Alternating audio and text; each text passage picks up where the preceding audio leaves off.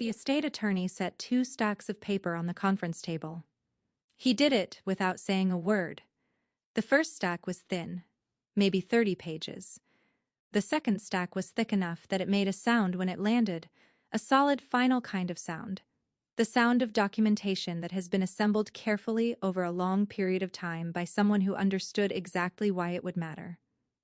He looked at my mother, then at my sister Sandra, then at my Aunt Beverly, and then, last, at me. He said, "Before we begin the formal reading, I want to make sure everyone in this room understands exactly what is in front of them." My mother folded her hands on the table. She had the expression she always wore when she had already decided how something would go, a kind of settled certainty. Chin slightly elevated, eyes steady, the composure of a woman who had spent 60 years being the one who determined outcomes. She had been wearing that expression for 3.5 years. She had been wearing it since the day she stood in her kitchen and told me I was no longer welcome in this family. She had worn it at the Sunday dinners I was not invited to, and the holidays I spent in Atlanta with my husband and the family events I found out about through my Aunt Beverly, who was the only person who occasionally still called me. What she had not known on any of those days was that I had kept a record. A complete, dated, professionally organized record of every financial transaction I had made on behalf of every person in this room over the past 3.5 years. Every check, every wire transfer, every money order, every direct payment to a provider, every dollar amount and every date and every account number and every confirmation code. 3 years and 7 months of checks they cashed and letters they threw away. And every piece of that paper was now sitting in the second stack on a conference table in Robert Marsh's office on Abercorn Street in Savannah, Georgia. And the room was very quiet, and my mother still had not looked at it. She would look at it soon. Welcome to Twist of Revenge, where the people who threw you away always find out what they actually threw. My name is Carla Weston. I am 34 years old. I work as a forensic accountant in Savannah, which means I spend my professional life following money, finding where it went, proving where it came from, building paper trails that tell true stories about what actually happened regardless of what anyone says happened. I am extremely good at this. I am good at it partly because of my education, and partly because of my grandmother Margaret, who sat me down at her kitchen table when I was 11 years old and told me that the most important habit a person could develop was keeping records of everything. She said it while we were going through a box of receipts she had saved from a contractor who had done shoddy work on the cottage roof and then claimed he had done the job correctly. She spread the receipts across the tablecloth like a hand of cards, smooth and organized, and she showed me exactly how to read what was in front of us. The date, the amount, the description, the discrepancy between what was written and what was actually delivered. The contractor had tried to tell her the problem was hers, not his. She had given him the receipts. He had gone very quiet. She had gotten her money back. People forget, she told me, tapping one of the receipts with her finger, or they pretend to. Paper doesn't forget. Paper is just the truth, written down and dated. She folded the receipts back into their box. You keep records of everything important, not because you expect people to lie to you. Because when they do, you want to be ready. I did not know, sitting at that table at 11, that she was teaching me the exact skill I would one day need to protect what she left me. I think she knew. I think she knew a lot of things she never said out loud, and that the recipe box full of receipts and the contractor story were not about the contractor at all. I think they were about everything that came after. I need to go back to the beginning. Not the very beginning. I could tell you about my whole childhood in that Savannah house, and we would be here all day. But the beginning of the part that matters, which was a Sunday afternoon 3.5 years ago, when my mother told me to leave and did not expect me to have anything to say about it. My family, my mother Donna, my father Phil, my sister Sandra, and my grandmother Margaret, who was my mother's mother and the original owner of the property we all gathered around, had been a unit my entire life. Not always a happy unit, not always a kind one, but a unit. We showed up for holidays, we called on birthdays, we ate Sunday dinner together more often than not. We were, by the standards of most American families, present in each other's lives. What we were not always was honest with each other. And the dishonesty had a specific shape in my family, which was that my mother decided things and everyone else accommodated those decisions without much discussion. My mother was the center of gravity. What she approved of was approved. What she disapproved of was quietly, consistently made difficult until it went away, or until the person attached to it adjusted their behavior to something she could tolerate. This was not discussed. It was simply how things worked. The same way weather works. You did not argue with it. You dressed for it. I had been the difficult thing for most of my adult life. Not because I was actually difficult. I was, by most measures, a successful and responsible person who had built a real career and paid my own bills and caused no particular problems in the world.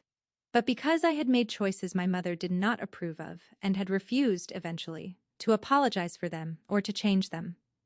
I had chosen a career she thought was dry and unimpressive. Forensic accounting did not have the social weight that medicine or law had, and my mother was a woman for whom social weight mattered considerably. I had dated men she didn't like, for reasons that were sometimes articulated and sometimes not. I had formed a close friendship with my grandmother that excluded her, which she had resented since I was a teenager. The grandmother-granddaughter relationship Margaret and I had built was, I understood later, something my mother experienced as a kind of betrayal, a relationship that existed outside her authority, that she could not manage or redirect, that had its own warmth and its own history and its own Sunday phone calls. My mother and her mother had always had a complicated relationship. Margaret was the kind of woman who said what she thought. My mother was the kind of woman who preferred that people said what she wanted to hear. They had managed each other carefully for decades, and the fact that I was close to Margaret, genuinely close in the way that involves telling each other the truth, was something my mother had never been fully comfortable with. So I was already the difficult one before Marcus. Marcus was just the thing that finally made the difficulty official. Marcus Webb was a man I had been dating for 2 years when he proposed. He was a good man, steady, kind, careful with people in the specific way that comes from paying attention rather than from performance. He was a project manager at a civil engineering firm, and he had a habit of remembering the exact details of things you had told him weeks earlier and asking about them, which sounds small but is actually, in my experience, one of the rarer qualities a person can have. He was also, in my mother's unspoken but unmistakable assessment, not the right background for our family. She never said it directly. She was too careful for that. But she conveyed it in the pattern of her behavior, the pauses when his name came up, the way she shifted conversations to other subjects, the specific tone she used when she asked how things were going with him, a tone that suggested she was tolerating the question rather than asking it.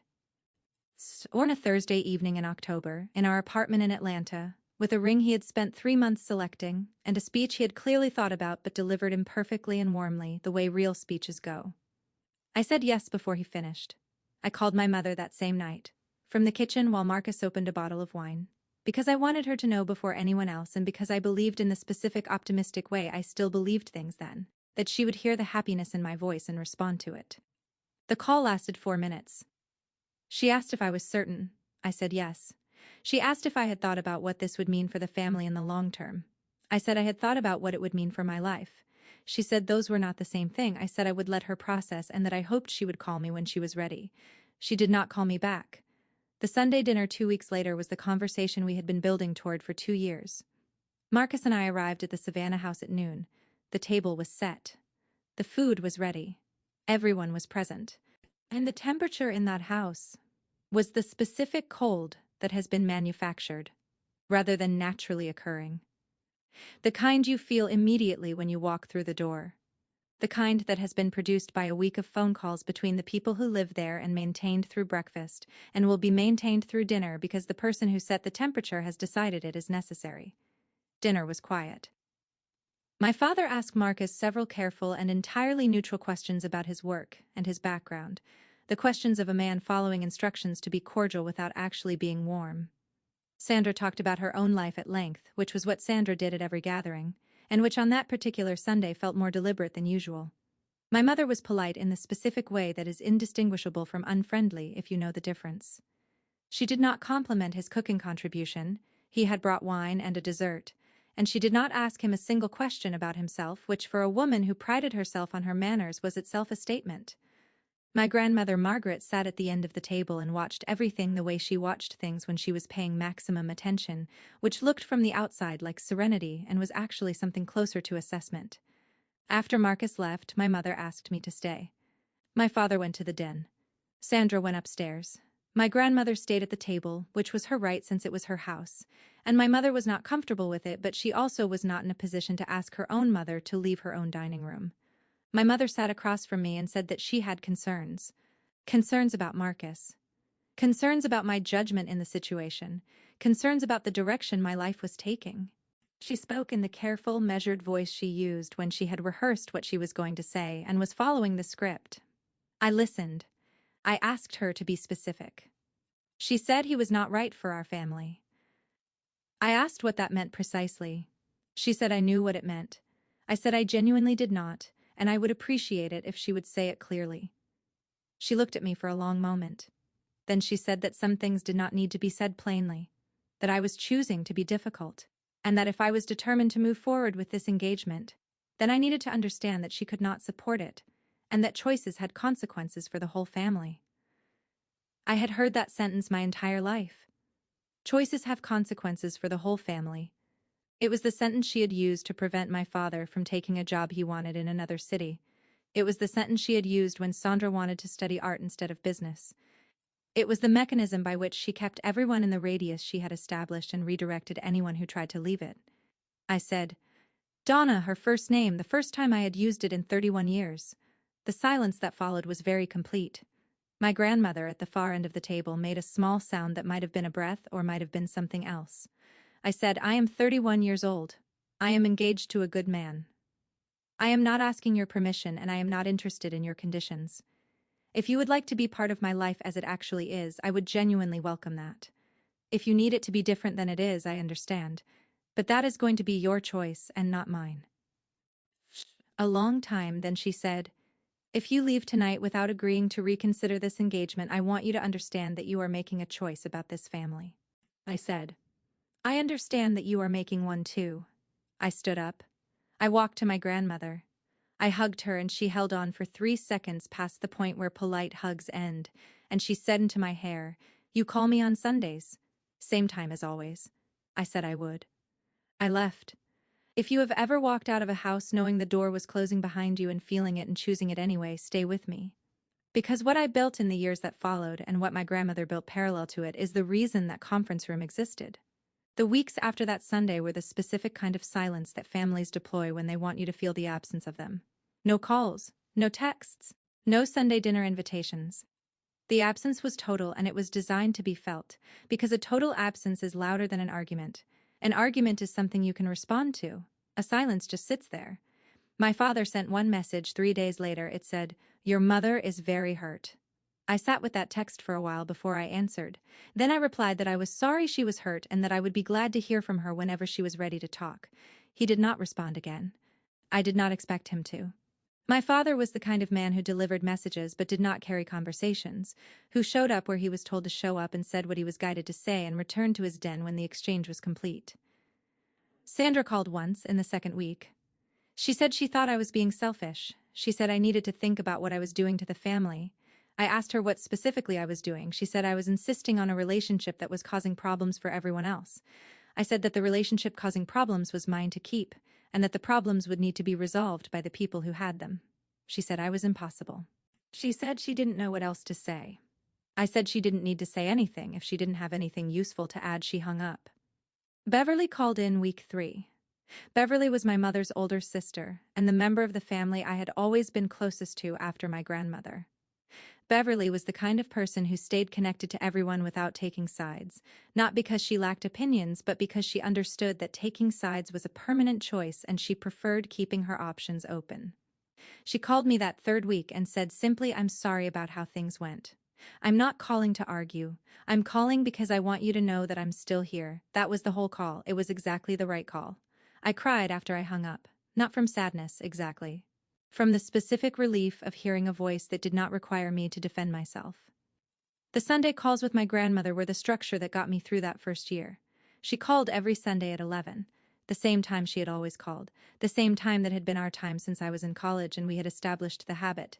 She never missed a Sunday. When I was traveling, she called my cell. When the time zone was complicated, she left a voicemail and called again when she calculated I would be home. 11 on Sundays was ours, and we kept it. She told me about the garden and about the weather and about the book she was reading and about Mr. Pettigrew next door who had gotten a new dog that barked at 5 in the morning. She told me when my mother was difficult, and in what specific way. She told me when Sandra came to visit, and what they talked about, and whether my father had seemed well or tired. She told me everything, the ordinary everything of a life in a house in Savannah. because she understood that what exile takes from you is not just the big events but the daily continuity, the sense of knowing what someone's ordinary Tuesday looks like. And she was determined that I would not lose that. I told her about Marcus and our apartment and my work and the city. I told her about the cases I was working and the problems I was solving and the things that were going well and the things that were not. I told her the truth, which was something I had been able to do with her since I was a child, and which I had been unable to do with almost anyone in my family for most of my adult life. That honesty was the longest-running inheritance she had given me, and she was still giving it. The monthly visits started 3 months in. I drove down from Atlanta, 4 hours, arrived on a Friday afternoon, stayed until Sunday. I always went to the cottage, never to the main house while my mother was there. My grandmother had made this easy. The cottage had its own entrance from the street, its own kitchen, its own small porch, so I could come and go without the main house knowing or not knowing, without the visit being an event that required anyone to take a position. We worked in the garden. We cooked. We watched old movies on the small television she kept on the kitchen counter because she liked having something going in the background while she was doing other things. I fixed small things around the cottage, a door hinge, a cabinet handle, a faucet that had been slow for months. The kind of maintenance that accumulates when a woman lives alone at 82 and no one is paying regular attention to the structure of things. The check started as a practical matter. Her roof needed a repair she had been putting off because of the estimate. And I paid for it directly because the estimate was $3,000, and I could cover it, and she could not have that month she said she would pay me back. I said she would not. We had that conversation once, and then we did not have it again. After the roof, it became a pattern. Not charity, I was extremely careful about that framing, for her dignity and for mine. I was covering things that needed covering, the same way a family member covers things, because she was my family and I was the one with income and access and the ability to make certain problems disappear. Her property taxes, her medical bills, the homeowner's insurance premium that had gone up 18% and was now a real problem on her fixed income. The prescriptions that were not fully covered by Medicare. The grocery deliveries when her hip was bad and the drive was difficult. Every payment I made went into a spreadsheet. Date, amount, recipient, purpose. Because I was a forensic accountant and I kept records of everything, and because somewhere, without quite deciding to, I had understood that this was documentation I might one day need. What my family was doing during those same 3 years was considerably simpler. They were living in or near the main house, eating Sunday dinners, celebrating holidays, and occasionally running into financial difficulty that they resolved by calling Margaret, who quietly wrote them checks from her savings the same way she had always done. Because that was what Margaret did. She was the kind of woman who solved problems with her checkbook rather than her words, who had been doing it her whole life, and who had more savings than anyone in the family quite realized because she had lived carefully for 8 decades. My mother received 11 checks from my grandmother over the period. Home maintenance twice. Sandra's car payment when Sandra was between jobs. A flooring project in the main kitchen that my mother had been wanting to do for years. Help with a vacation Sandra's family could not afford. My father's dental surgery, which was significant. The amounts were not enormous individually, but they were consistent, and they were the checks of a woman who had always kept her family in operation through her checkbook. What my grandmother was also doing, quietly and without telling me, was keeping a record of everything I sent her. Every payment I had made she had documented in her own files, date, amount, purpose, the same information I was keeping in my spreadsheet but from the receiving end. She had kept the grocery receipts I left on her counter. She had kept the contractor invoices with my name on the payment. She had kept the property tax confirmation letters showing my name as the payer. She had kept the medical billing statements with the payment notations. She had also been keeping the Sunday diary for 3 years. Every call. Date, duration, what we talked about. Every visit. How many days I stayed. What we did. Notes about the garden work, and the repairs, and the cooking, and the conversations. A complete, first-person account of 3.5 years of a relationship that the rest of the family had decided did not exist. And she had kept my letters. I had written to my mother 4 times over those 3 years. Not emails, letters, handwritten, the kind my grandmother had taught me to write when I was young, and when she told me that some things needed to be said on paper because paper lasted longer than feelings. The first was 6 months after that Sunday, explaining my position and my hope that we could find a way forward. The second was at Christmas of the first year, brief and warm and careful, wishing everyone well. The third was when Marcus and I married, a small ceremony in Atlanta with his family and our friends, a card and a photograph and a short note. The fourth was on my grandmother's 82nd birthday, when I had spent the day with her in the cottage, and had walked past the main house on my way back to my car, and had thought about knocking and had not knocked, and had gone home and written a letter instead, because the feeling needed somewhere to go. None of the four were answered, 3 of them were returned. The third, the wedding card, came back with the photograph still inside the envelope, sealed and unread, and a line of my own handwriting visible through the window of the return address label. My grandmother intercepted them. She had quietly arranged for returned mail from the main house address to be rerouted to her cottage, which required only a simple postal service form and a small fee. She had done it without telling me, because she wanted me to believe, or at least to be able to believe, that my letters might be sitting in a drawer somewhere rather than actively rejected. She had been protecting me from that specific knowledge. She kept every letter. She kept them in a box with my name on it, which Robert Marsh gave me at the end of the estate meeting.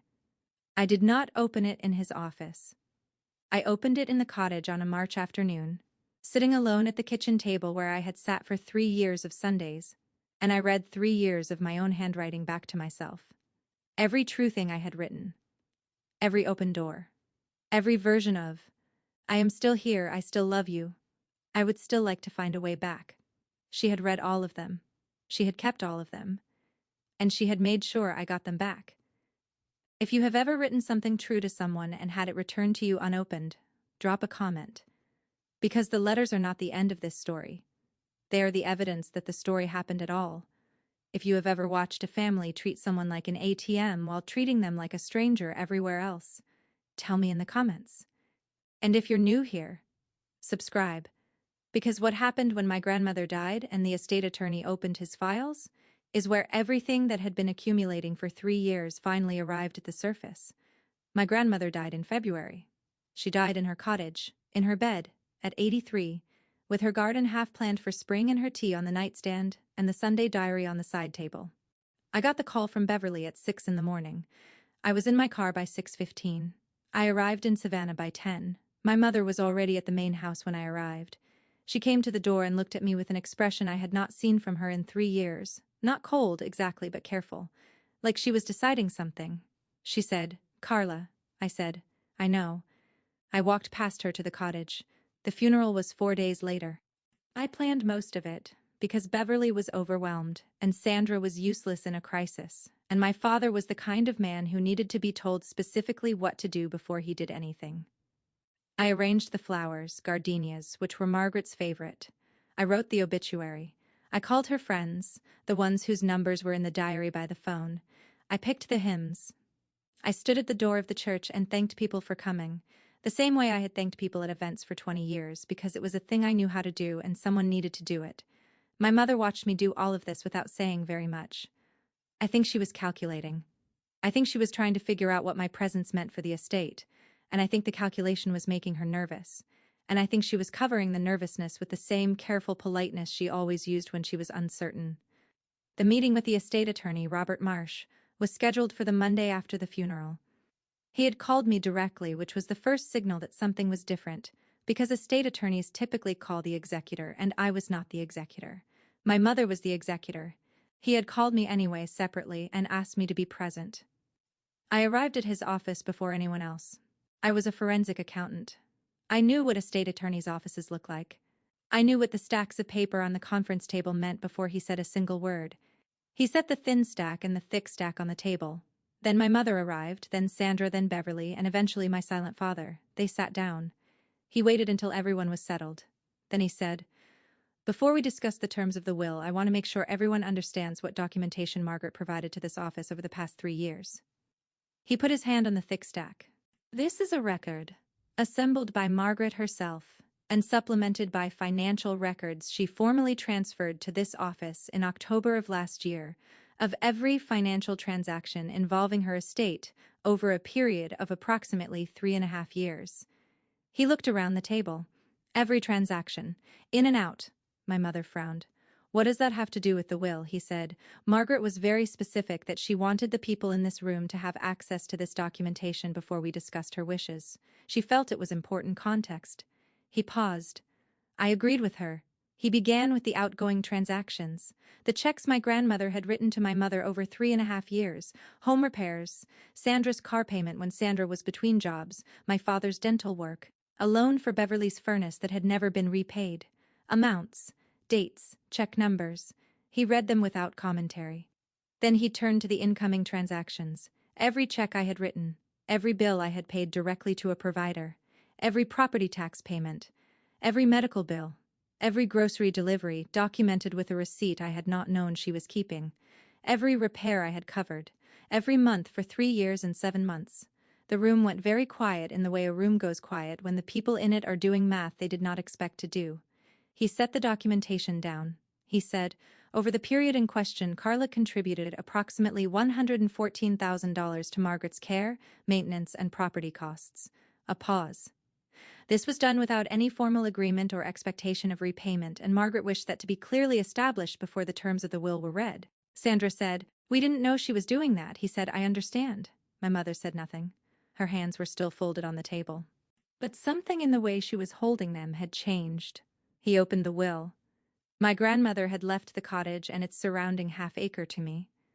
She had left the main house and the primary parcel of property to be divided between my mother and Beverly equally. She had left her savings divided in 3 parts, one to me, one to my mother, one to Beverly.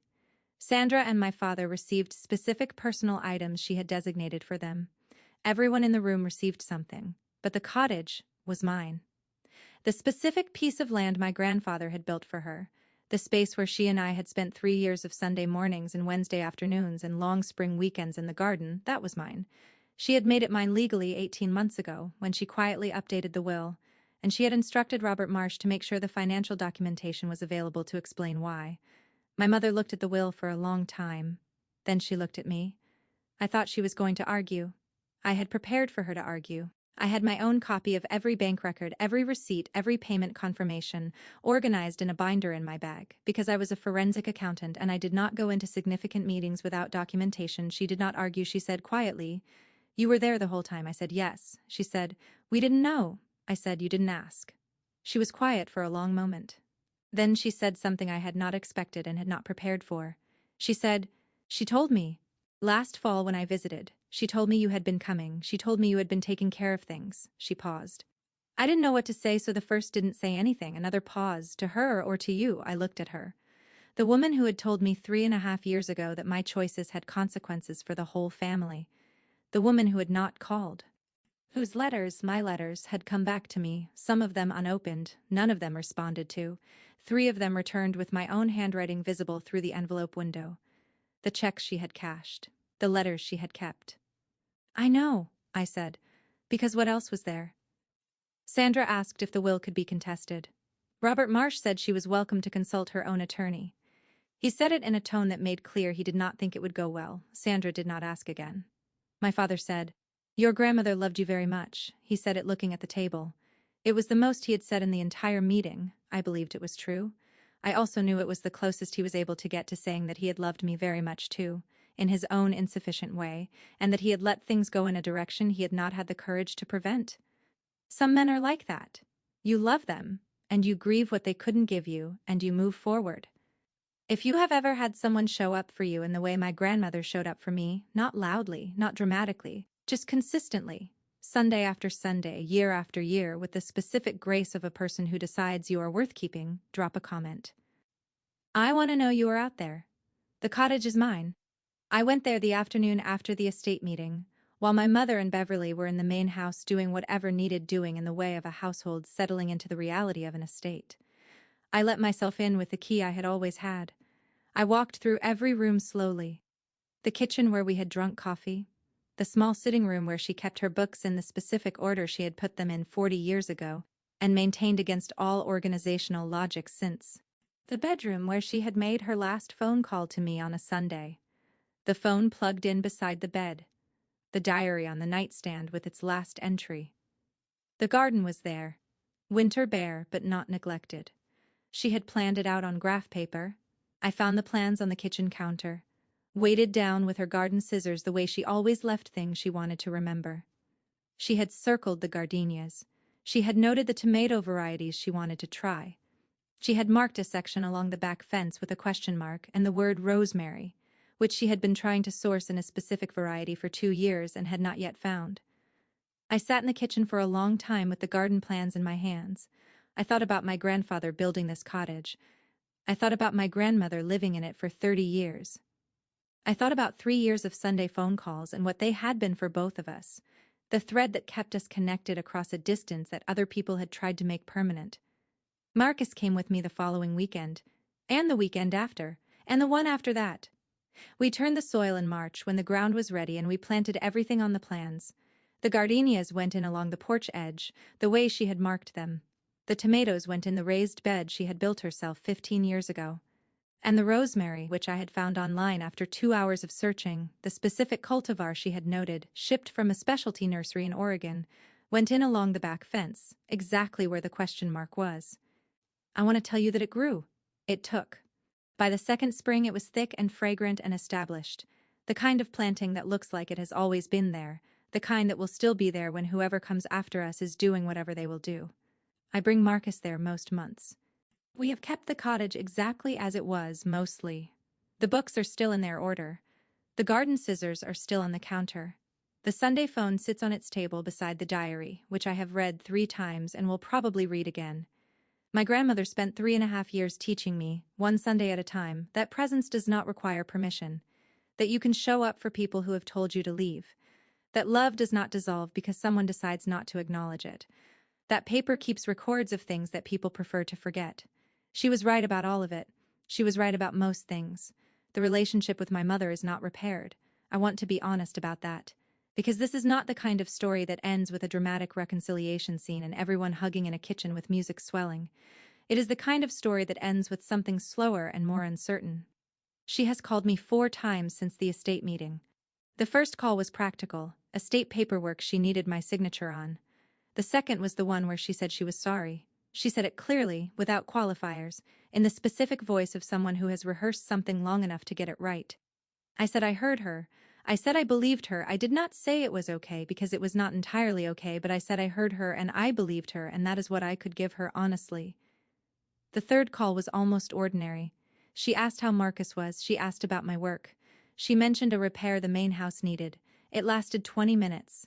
Nothing in it was warm exactly, but nothing in it was hostile, and I understood that for Donna that was already a significant movement. The fourth call was longer. She mentioned the garden at the cottage, which Beverly had apparently told her about.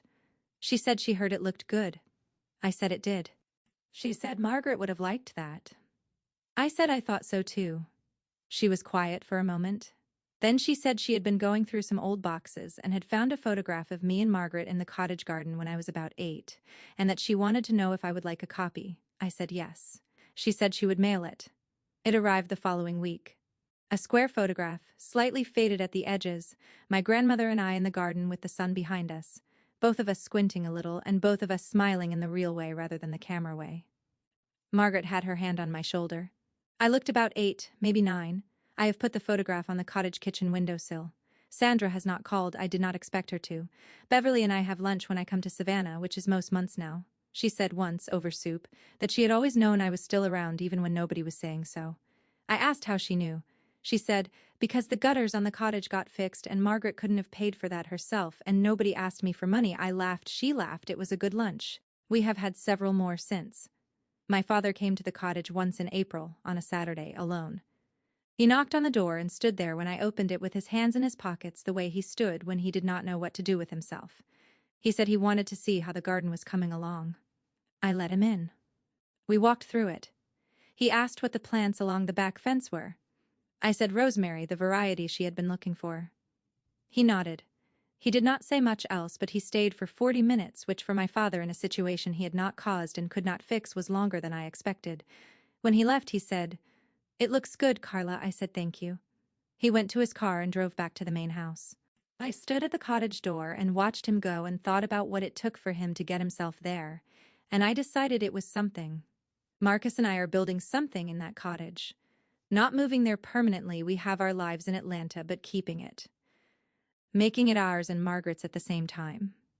I planted her rosemary along the back fence. It took. The first spring it came in thin and uncertain, and by the second spring it was thick and fragrant, and the kind of thing that looks like it has always been exactly where it is. I kept every check stub. I kept every receipt. I kept the Sunday call logs I had made in my own notebook, parallel to my grandmother's diary, because I am a forensic accountant and I keep records of everything, and she taught me to, and it turned out to matter in ways neither of us planned for when I was 11 years old at her kitchen table learning to read a receipt. She kept everything, too.